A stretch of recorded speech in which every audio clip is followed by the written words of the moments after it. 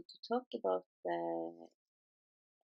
Tapio, Varis, and I were going to have a short conversation with Love Ekenberg, who got the title UNESCO Chair. Is that right, Love, this year?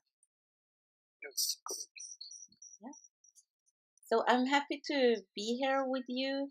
And before we start the conversation with you, Love, could you, Tapio, you've been a UNESCO chair for quite some years now, and could you tell us what does this mean for you, and what is a UNESCO chair actually?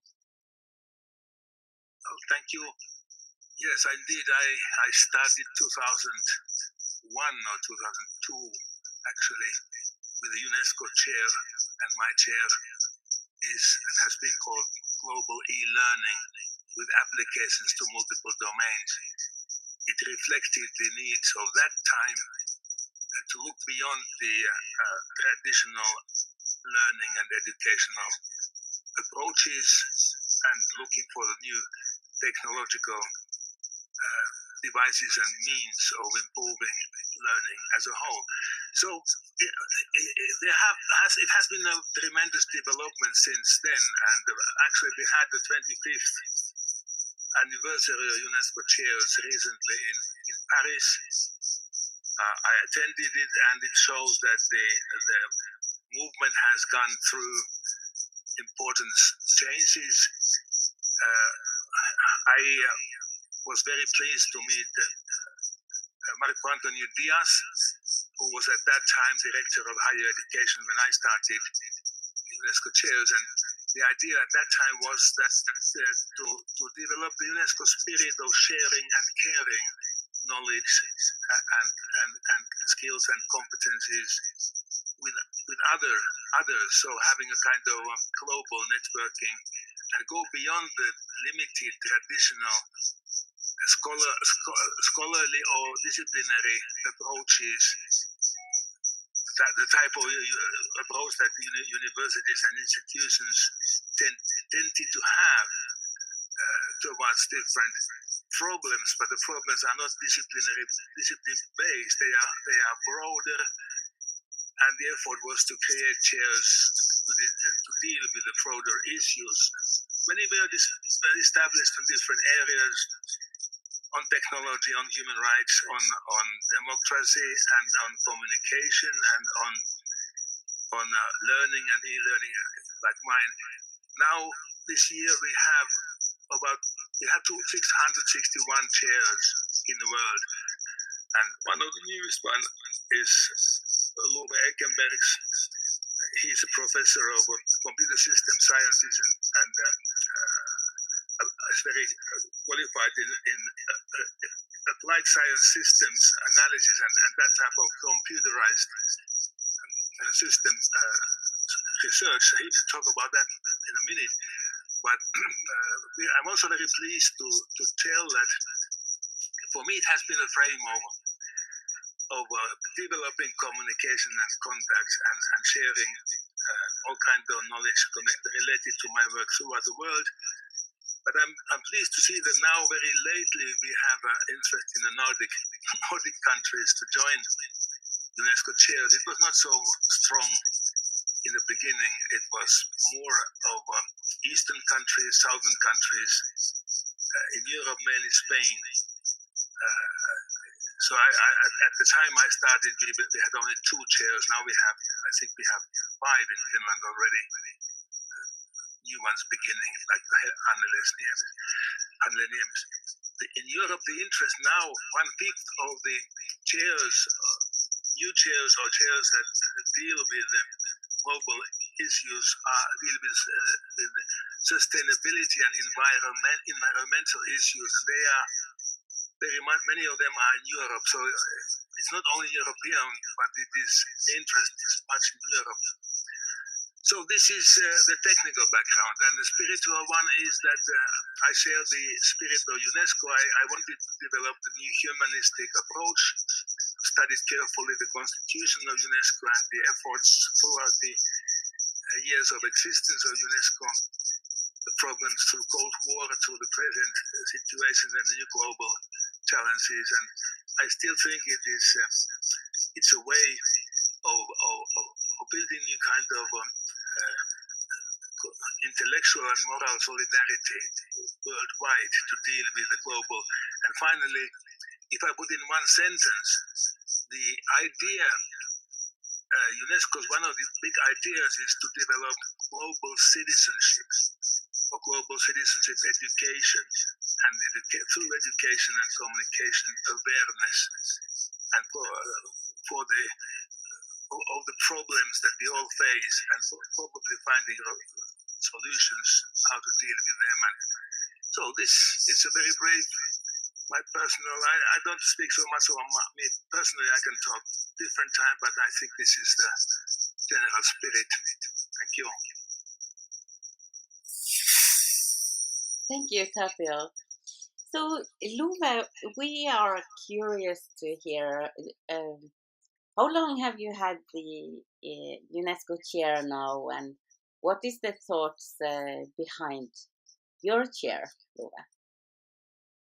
I've had it only for 5 months, and basically it is about to, the focus of it is to create models for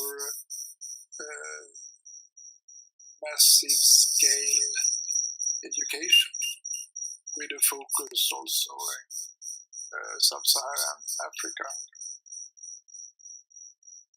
And it's about, since the needs are so unproportional compared to the current resources, it's about to make education efficient and rude, but still with a very high quality, or the usual quality.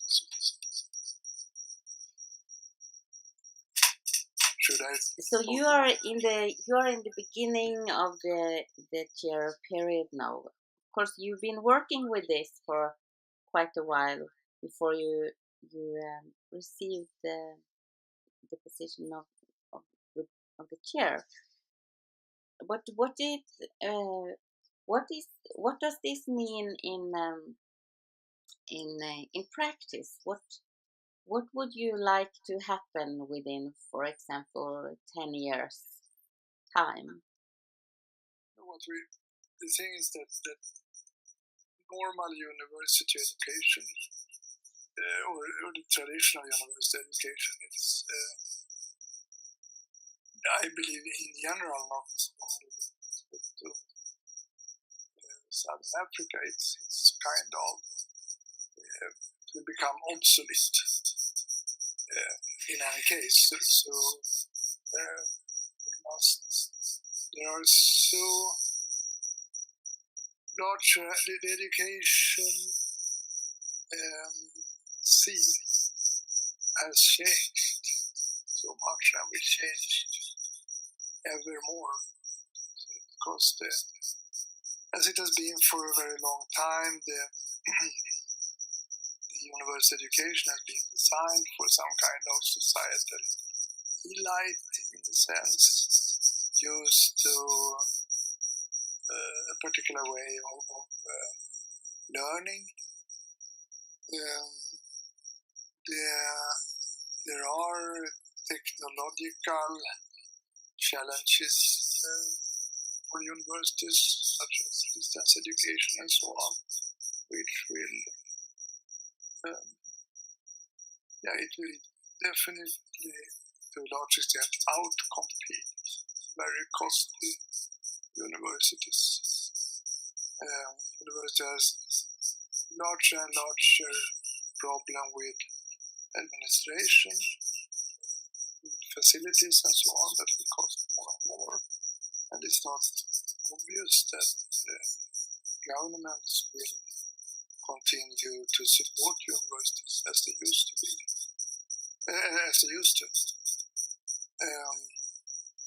so the entire, and to a larger extent,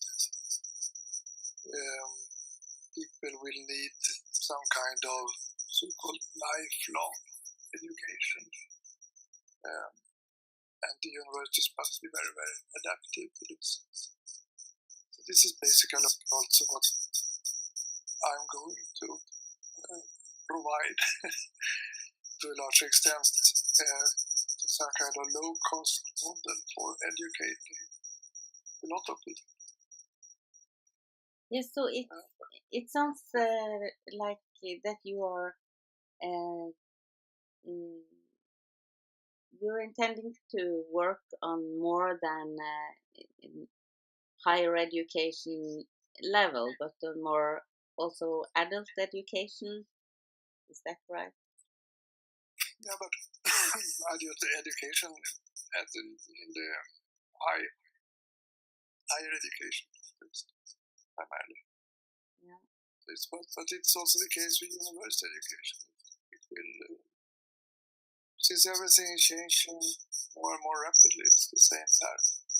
University education, say bachelor or whatever, it will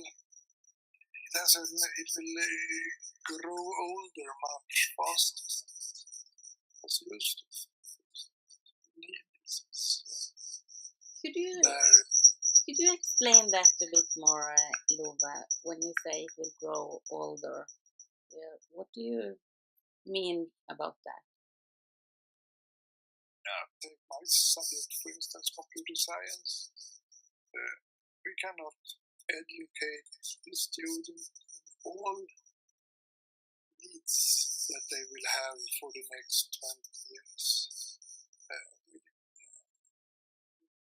for the industry. It's impossible because the changes are that dramatic. So education is the first education must be more like some kind of methodological one. To be able to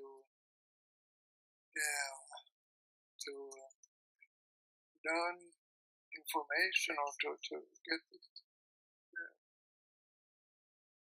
efficiently, and also tools for having some kind of critical discourse, how to analyze information, to learn everything by heart, and then be content with this. The massive information flow in general will make the university they have to teach the students how to analyze information rather than to provide them with some kind of fundamental and internal knowledge. But also, of course, to provide large groups of students with necessary knowledge at a certain time. So, Lua, it sounds like you are thinking about or working on a quite holistic thinking system. Yes. Yes. Or some kind of what are the needs for large? Not every company can educate their own students in some kind of basic critical discourse. It's more better to do it in some kind of educational way in the public educational system.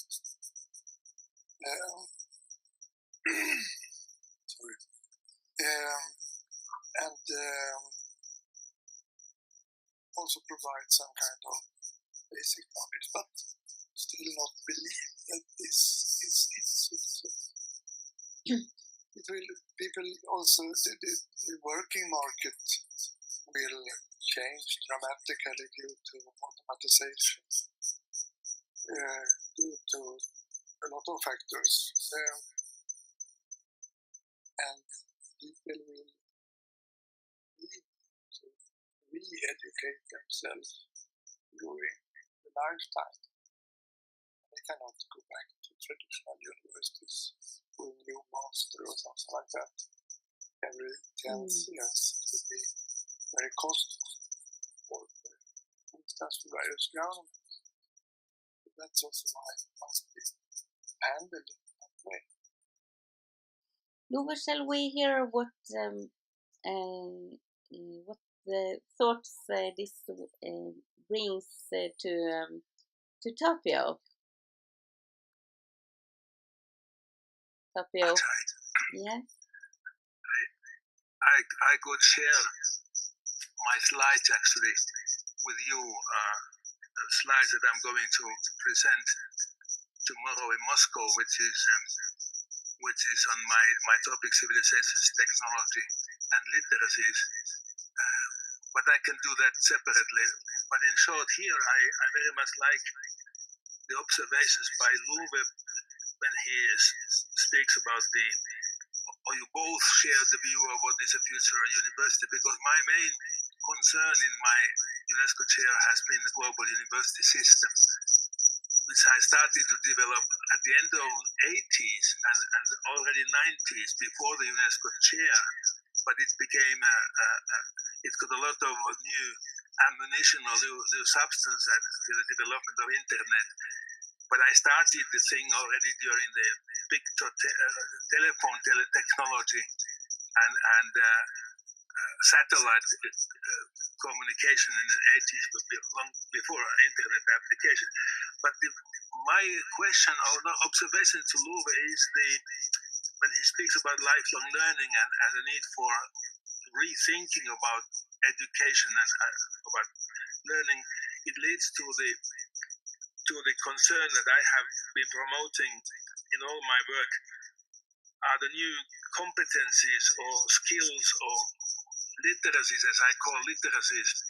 It's a very difficult word and concept because it comes from American English, has particular meaning. It's not the same as another philosophical approach that I favor. I favor communication competence, communication skills. I think they are even more important than the technical skills of literacies. But we speak about literacies, that how can we survive? How can we live and with the new technology, and particularly with the digital world, digital changes? It's as radical as was in the 19th century, the learning to write and read, with the old type of one form of literacy. But now, 21st century, it's not only digital literacy or technological literacy. Suddenly, we face the problem of what about cultural literacy? What about civilizational? What about religious literacy? Do we understand? Can we read the messages, interpret the messages of different value systems? So the value systems comes in front. But I'm supposed to work on technology, so I welcome Luve's work, and I'm very happy to share and join his efforts, particularly in the Southern African context. I have done most recently work with Western Africa and Nigeria, but I'm not a specialist of Africa, but Africa is a continent that is benefiting perhaps more than many other continents by applying the new technology. We could have another chat, but for example, if I take the Nigerian case, I was speaking in the Nigerian software engineers conference, and I was very taken with the enthusiasm and motivation that the young engineering and software students had. But I want to bring another dimension, which is more the humanistic and social area. Half of the population, well, Nigeria has 4 main languages to start with, but half of the population are Muslims, half are Christians. And you see, even in my audience, it was divided. It doesn't mean that they couldn't communicate between themselves. but how to bring education to a multiple cultural context and how to respect diversity. It's all Africa the same, but it's also the same in South America and in Asia. Countries have multiple cultures, and what can technology, how can it be applied? Anyway, these are the concerns of mine, and maybe we can have a seminar on this. Thank you. Yes, absolutely. It's interesting. Love, which thoughts do you have about Tapia's concerns? But the interesting thing, so to say, with these kind of technological achievements that we have a wider connectivity all around the world to a much larger extent that we have ever had before. Still regions are without connectivity, of course, but nevertheless it's expanding very much, and the idea is not to provide, so to say, content in a neo-colonial colonialistic way. It's more like provide also frameworks and the technological platforms for people to develop and present their material to do with. Everything should be pre-fabricated in Sweden or wherever, and then directly exposed. All this can be made very flexible, and of course in collaboration with local partners. Because as I said, the interesting thing now is not only to provide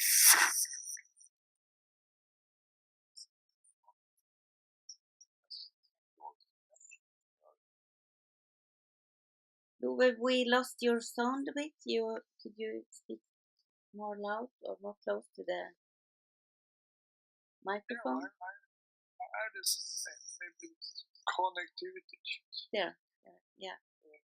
But what did you miss? But no, but in general, I agree with Tapi, but I don't see the. This is not the particular problem for, to say, from some kind of technological platform perspective, because now in African university, the educational systems is very much influenced by standards that are set in countries outside Africa. The books are from American authors, British authors, and so on. So this way of putting information on the web, utilizing distance educational tools, provide large and new distribution means for material of various kinds. It provides actually some kind of, what do you call it, democratization and relativization of knowledge. Also, it's possible for local actors to take much more individual perspective. Process. Yeah. Love, we're looking forward to follow your work. In the end, what does it mean for you to be able to receive the UNESCO chair in practice? What does it mean? What's the value of it for you and your work?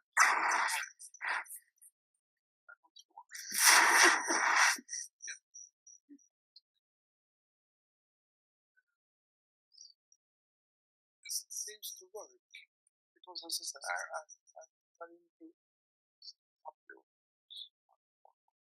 so to say, but I guess it provides some kind of networking possibilities. I also have plans to try to investigate the kind of people that are around. And I also have discussion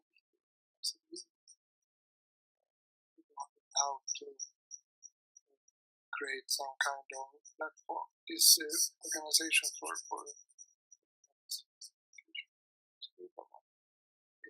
are collaborating.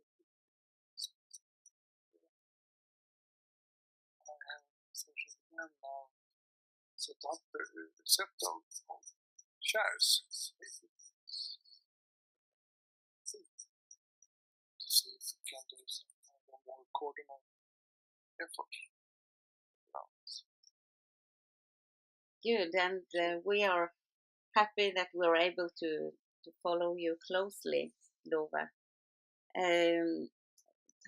Tapio, would you like to give give us some last words? What do you think, with your experience, what